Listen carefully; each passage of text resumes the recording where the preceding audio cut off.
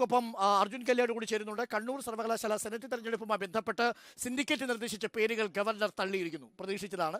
പകരം ഗവർണർ പുതിയ പേരുകൾ നിർദ്ദേശിച്ചു. RSS കോൺഗ്രസ് നേതാക്കളുടെ പേരുകളാണ് ഗവർണർ നിർദ്ദേശിച്ചതെന്നാണ് SFIയുടെ ആരോപണം.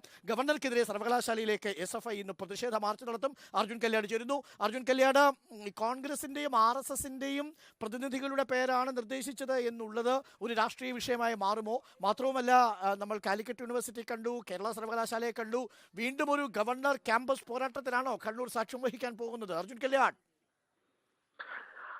അരുൺകുമാർ, മറ്റ് സർവകലാശാലകളിലെല്ലാം കണ്ടതിന് സമാനമായ രീതിയിലുള്ള തീരുമാനം തന്നെയാണ് കണ്ണൂർ സർവകലാശാലയിലും ഉണ്ടായിരിക്കുന്നത്. സെനറ്റ് തെരഞ്ഞെടുപ്പിന്റെ ഭാഗമായി സർവകലാശാല സിൻഡിക്കേറ്റ് നിർദ്ദേശിച്ചിട്ടുള്ള പേരുകളാണ് ഗവർണർ പൂർണ്ണമായും തള്ളുന്ന ഒരു സാഹചര്യം ഉണ്ടായത്.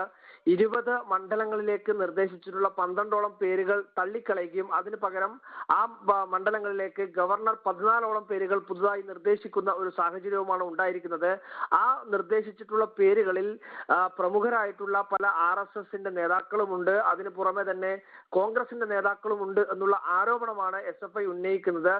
കാസർഗോഡ് കേന്ദ്രീകരിച്ച് പ്രവർത്തിക്കുന്ന RSSന്റെ പ്രധാനപ്പെട്ട നേതാവായിട്ടുള്ള ഒരു കരുണാകരൻ നമ്പ്യാർ, അതിന് പുറമെ കോൺഗ്രസിന്റെ DCC ഭാരവാഹികൾ ഉൾപ്പെടെയുള്ള ആൾക്കാരുടെ പേരുകളാണ് ഗവർണർ നിർദ്ദേശിച്ചത് എന്ന ആരോപണമാണ് SFI ഉന്നയിക്കുന്നത്.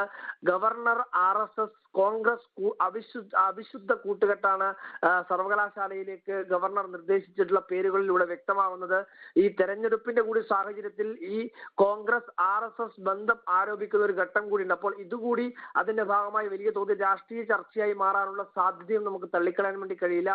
എന്തായാലും ഇന്ന് SFIയുടെ നേതൃത്വത്തിൽ ഇന്ന് സർവകലാശാലയിലേക്ക് മാർച്ച് പ്രഖ്യാപിച്ചിട്ടുണ്ട്.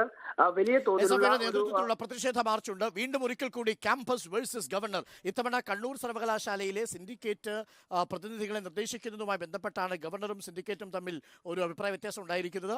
RSS കോൺഗ്രസ് നോമിനികളെയാണ് ഗവർണർ നിർദ്ദേശിച്ചിരിക്കുന്നത് എന്നാണ് പ്രതിപക്ഷത്തിന്റെ ആരോപണം. SFIയുടെ പ്രതിഷേധ മാർച്ചുണ്ട്. മെറിറ്റ് ഇല്ലാത്ത വിദ്യാർത്ഥികളെ അത് ഏത് സ്ഥാപനത്തിലേക്ക് ആര് നിർദ്ദേശിച്ചാലും അത് ശരിയായ നിലപാടല്ല എന്നതാണ് നമ്മുടെ ഒരു പൊതുവായിട്ടുള്ള നിലപാട്. ഒരു പ്രേക്ഷകൻ വിമർശനത്തിൽ ചോദിക്കുന്നു.